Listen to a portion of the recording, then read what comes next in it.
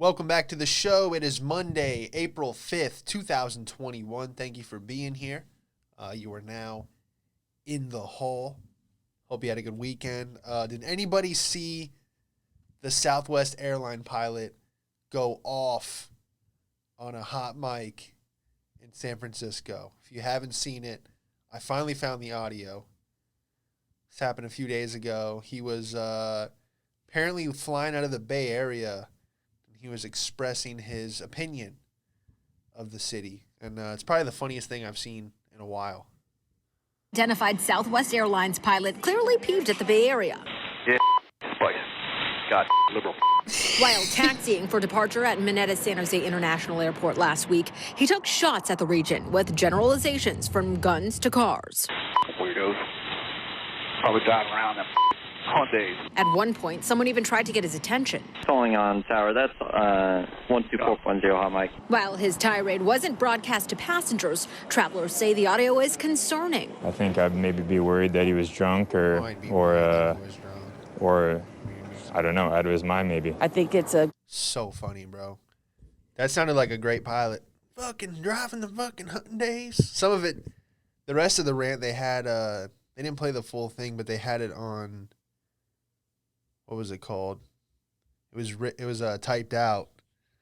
Dude, it didn't even make sense, but that's what happens when you're pissed, dude. When a man's really angry, just like kind of like a blind rage, can't really form a sentence, but dude, Southwest, I mean, from the pilots to the bags flying free, no hidden fees, I mean, they keep it 100, dude. I rock Southwest all day. Yeah, good to be here, man. I was watching over the weekend some more. I almost got away with it again in Florida is where all of them take place. They had one was a guy who joined a Nazi compound. It was like a, white supremacist group. And it was in, God, I forget where it was. I think it was Pasco County, Florida. But it was like the compound, quote unquote. It was like 3 or 4 trailers with like a barbed wire fence. And they had a bunch of like swastika flags and SS spray painted on the side. And then they had on each side the neighbors that live there. And they were like, yeah, we don't really like, I'm like, dude, the property value of having a Nazi compound right next door. I mean, how do you even sell the house? You're done. Like, you'd have to actually go over there and be like, hey, guys, I'm trying to sell my house. If you could just maybe put the swastika flag at half mast so I can do an open house, that'd be great. Then you can put them back up once we close this deal. But let's tone it down a bit. They're like, inside the Nazi compound. I don't get it, dude. I feel like if the real Nazis saw these new Nazis, these like skinheads, they would be so disappointed, They're like, just because we both do meth doesn't mean we're the same. At least the Nazis kind of had, I'll say it, the Nazis had class, dude. They weren't driving around in 2012 Dodge Challengers with red duct tape as a taillight. Okay, with tiki torches from Home Depot. No, they had fucking Mercedes, uniforms. They weren't shaving their head and having a barbecue, all right? They had formations. These guys are wearing like old uniforms from like Vietnam that don't even fit them. It's hilarious, bro. We're Nazis. It's like, brush your teeth. We're Nazis. Fucking disappointing, It'd be one thing if they were like, tailored suits. All right. I can't get canceled because I'm on the way up. You can't get canceled on the way up. When you're at the top, that's when you get canceled. It's like an escalator at a mall. One's going up, one's going down, and they pass each other. It's kind of how the cancellation thing is. If you're a nobody and they try to cancel you, they just put you on the map. You're going up the escalator. Someone who's on top, they say something, they pull up an old video of them in blackface. They're headed down the escalator, and you just pass them. You go, hey, yeah. Hey, they hand you the torch. Good luck up there. Good luck. It's fucking rough. Anyway, what else is new? The border. The border is nuts. You know, I love how everyone moves to Texas and then it freezes. Gary made a good point. He goes, everyone's moving to Texas, and he's like, it's freeing up all these other cities, especially for comedy. And, yeah, they move to Texas. They get hit with a snowstorm, and then immediately after, they just open the southern border. So now they got, like, fentanyl coming in again, all-time high, trafficking. Dude, I mean, my heart goes out to anyone down there, dude. It's pretty fucking gnarly. Apparently, it's like 90 times worse. I saw videos, dude. They're literally like catapulting kids over the wall, these coyotes, because they're like, hey, you know, get them over the wall. And that's technically their job. They didn't say like they had to land safely. They're not like tying parachutes or CVS bags to these kids, dude. They're just fucking throwing them over, bro. Can you imagine being a kid and then some stranger just throws you over a wall and now you're in a new country in the desert? Holy shit. You know, 2 weeks later, you're a 9-year-old dishwasher at Denny's in Texas until then, you know, you reunite with your cousin 3 years later and build a drug empire together. I'm kidding, but not really, because like that is kind of the plot to Scarface. But, yeah, man, holy shit, dude. I saw they had one article. It was a guy brought over 2 backpacks full of burritos, but they were just fentanyl pills wrapped in tortillas. And, I don't know. I was going to make a joke like, oh, they're, you know, they're almost as deadly as Chipotle, Taco Bell. You know, that would have been funny. If I thought of it. I don't know, dude. If you were starving in the desert and you know, you barely have any water left, and you see the guy next to you, his backpack's a little bit unzipped, and you see the familiar tortilla wrap in like a plastic bag, and you're like, ay Dios mío. Uno burrito, por favor. And the guy's like, bro, these are fentanyl I'm trapping over here. God, I'd be pissed, bro.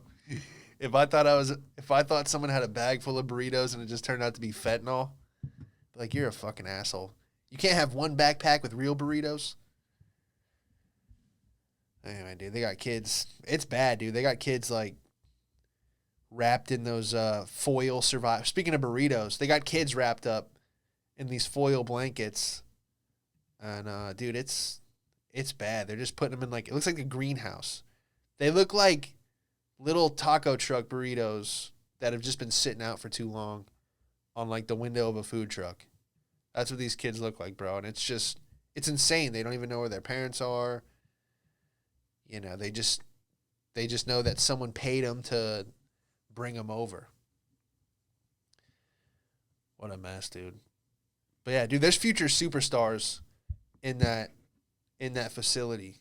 You know what I mean? Like, those kids are going to have some crazy, crazy come-up stories. You're like, in 15 years, watch, you're going to see, like, the next middleweight champion of boxing. You know, after they're going to be like, oh, congratulations, you're the undisputed world champion. And he's like, yeah, it was crazy.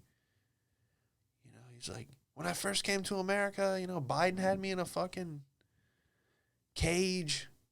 You know, and he's like, now I'm here. You know, dude, that's got to create some fucking monsters, bro.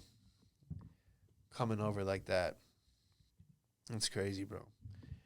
But anyway, I gotta not make this a quick one, but kind of keep my eye on the clock. I'm hosting the Hairy Buffalo tonight, downtown Orlando. Probably do it for every Monday for the foreseeable future until we figure something out. But it'll be a good opportunity. I'm a little rusty, so I'll just make fun of everyone in between and, you know, keep the audience that is there in the seats, buying drinks. So that is the goal of a host.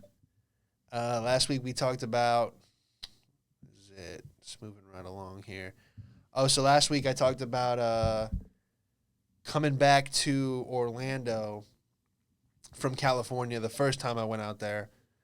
And I decided I wanted to do stand-up in Southern California when everything went to shit, the job opportunity I had, everything kind of folded. So I ended up driving back to Orlando in a 2003 Saturn. I think I had like 111,000 miles on it. I don't know. I didn't know if it was going to make it out there the first time, but shit, it got me there.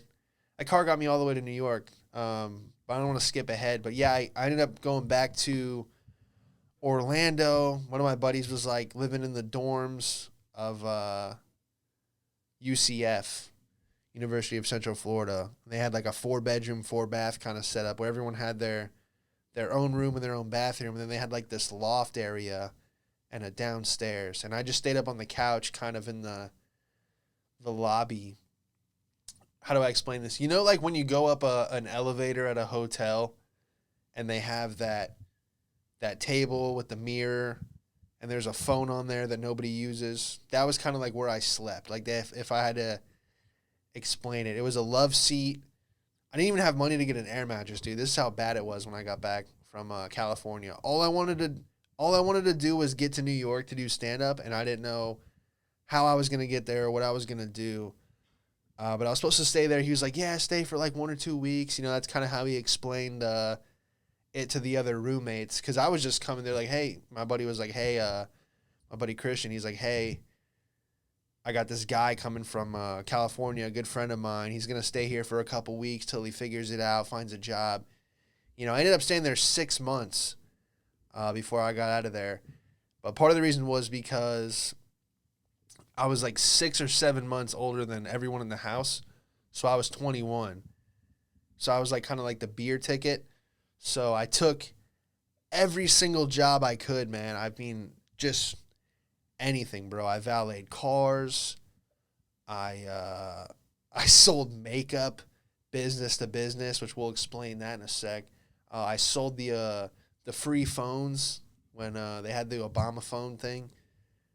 Did that. Yeah, I probably had 12 jobs within that 6-month span. I just took anything and everything. And my only goal was just to get one off the couch and get to New York to start stand-up. That was like just laser focus. But I ended up kind of getting a weird like glimpse. I did like 8 weeks at a community college. But then when I was the guy that was buying beer, I ended up going to the parties. I ended up going to, so it was like I got this college experience, but I never, I wasn't in the classes. I was just that guy that showed up, with a cigar, like a fucking asshole. So it was just weird. I got like this little quick college experience before I got out of there. But, dude, I was thinking about this the other day. This is why I was like, bringing it up. I forget who I was talking to. But yeah, I remember I took this gig. I applied to everything. You know how you can go on those websites and just fire off your resume, and whoever hit me back first, boom, I took it. But I got this job, dude. It was apparently Sprint. I don't know if they probably still do it, but if you had Sprint, like $9 or like, I don't know if it was like 90 cents or something out of your phone bill paid for this free phone plan. So if you had Medicare or Medicaid or an EBT card and you flashed it to one of us. Okay, so basically the job was to give away free phones. I don't know why, I don't know what for. It had to have been a scam at the higher level. But basically you're giving out trap phones. You're like, hey, do you sell crack? Cool, I'll give you one of these. That's what it was. So I went in, I sat in this room. It was this guy, it was just already off the bat when I walked into the office and they had like the little waiting area. It was like a low budget. It was like a third world ER, if I had to put it that way. You know, it was like everything was made out of wood, but not that like store-bought wood. You know, you're like, oh, maybe whoever owns this company built these themselves, you know, or they got them as a gift.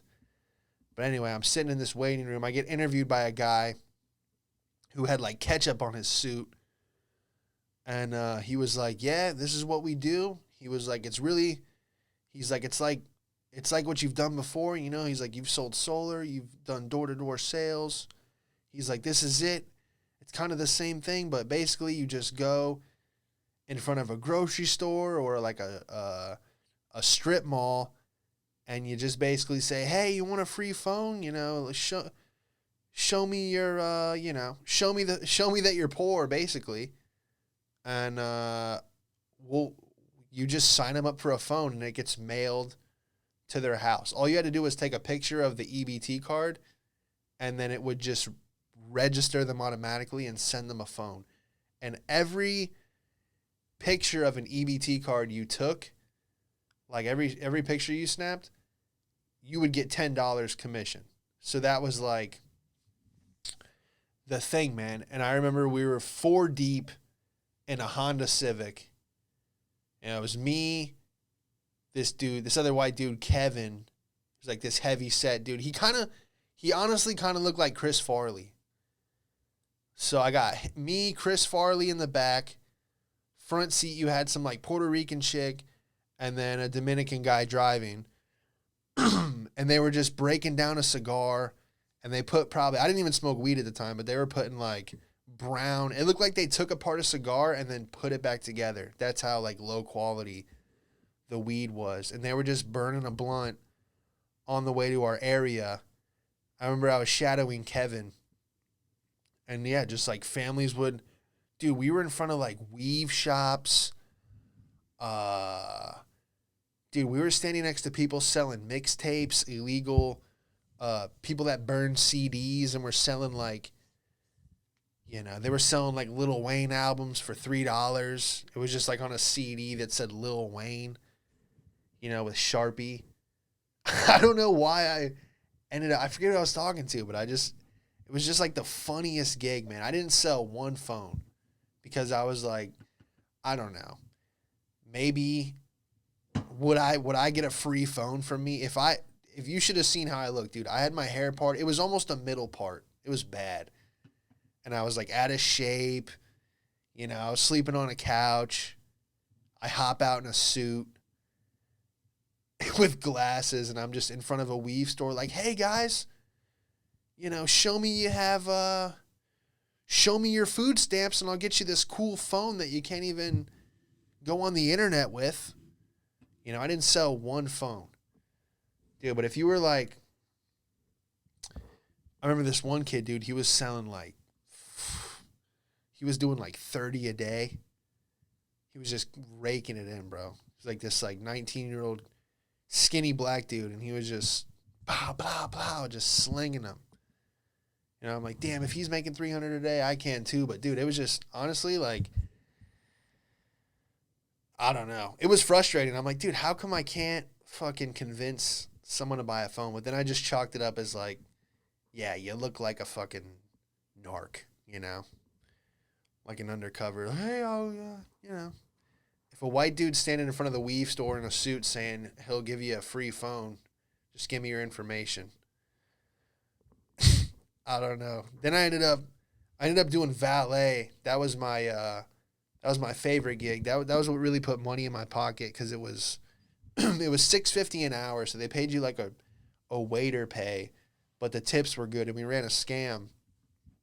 They used to have VIP parking, so the sign still said VIP parking, but every parking spot for the parking lot at the mall was $7. That's what the valet cost. And then if you want to tip, you know, that's kind of what we lived off of, was the tips. But it still had the VIP price on the brochure. They never changed it. So we put VIP was $13. And so someone would give you a 20 and then you'd pocket the 7. So that was the thing. But the manager couldn't catch you. So we had all these.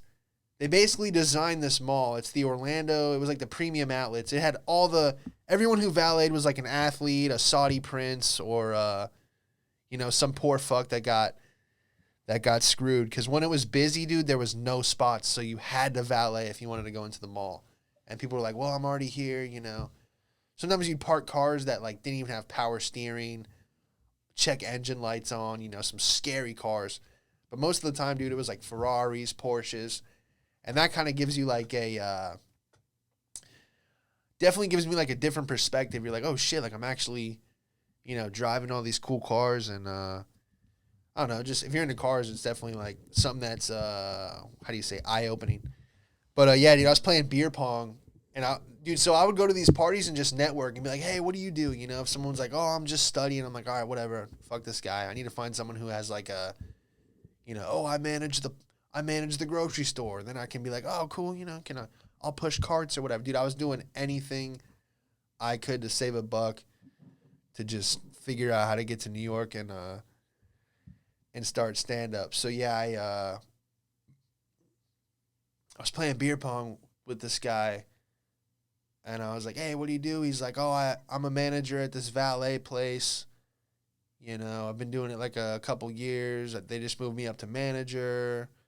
He's like, yeah, it's $9 an hour, but the tips are like really, really good. And so he ended up hooking me up with an interview. And I started valeting, man. And it was kind of, I'm sure it's all changed now. But dude, back then we called it the drag strip because they had it was just a really, really long closed-off parking lot, probably 200 yards of just straightaway. And so right when you would see the customer walk into the mall, dude, we would just rip their car on this back road. There was times where I almost crashed this Aston Martin one time, dude. I came back, my hands were shaking. It was like one of those holy shit moments, where the curb came quicker than you thought. But, man, it was just, that valet job, man. That was probably the coolest. Next to the dispensary, the weed shop, that was probably, like, the coolest gig I had. Just something, like, that you do for, like, a year or less kind of thing. But, yeah, man, I remember, like, Ray Lewis would always be there. Couple boxers, some NBA players. And yeah, dude, we would just tear their car up, man. Bobby was the manager. He didn't give a fuck, dude. If he liked the car, he would just do donuts in it. You'd hear it. That was a rule. You can't screech the tires. They had like the full official valet manual. And they kept trying to move everyone to the resort, like the Disney resorts where you have to wear like you have to wear like a damn costume to park cars. And everyone fought for the mall spot. So I knew I had it good there. And yeah, I was making like $140, $200 a day, just hustling the VIP scam. Oh, sir, people would pull up in like a Range Rover and be like, no scratches. I don't want any scratches on my car. I just bought it. Okay, son. Those people that would call you son. And I'd be like, oh, sir, no problem. $20, I'll put it right up front. And they're like, they didn't care, dude. They were just, they were going in to spend a couple thousand anyway. So you would just. We just had this thing locked in perfectly where it was like, no, guaranteed no scratches, sir. I'll put it right up front. Then the manager would come by and he'd see all these cars and these Porsches up front. And he's like, you guys can't park them there. And we're like, hey, man, VIP. These people are VIP. But yeah, dude, that was fun. And I just remember being like, it was just probably one of the roughest times, just being down and like just taking any gig and then just coming home to a place you don't even have the key for. Yeah. But anyway, dude, then I got a call from an old buddy at ADT, Kenny, the guy I hit the gator with. And he was like, hey, man, let's go knock doors in Ohio. And I just knew, like, hey, I can go from Ohio to New York because it's closer than than Florida. But yeah, dude, I got to run. We'll leave it right there. Hopefully the ending wasn't too dragged out, but I'm trying to slowly, piece by piece, kind of just catch people, because I know people who listen to this know me, and then or know of the stand-up and kind of follow me from. Most of my followers came from the Laugh Factory when they posted me on their Instagram and their YouTube. So that was kind of like a big bump. But for anyone else who's like just now coming in, not every episode, but every other episode, I've been kind of putting the pieces together of like kind of who I am and where I come from, because I know you don't want to just listen to some guy that you have no idea who it is. But yeah, I got to go downtown. Thank you guys for being here. At Sean Madden Comedy on Instagram, YouTube, In the Hall Podcast. And yeah, man, we'll see you guys next Monday. You've seen him perform all over LA. Give it up for Sean Madden, everybody.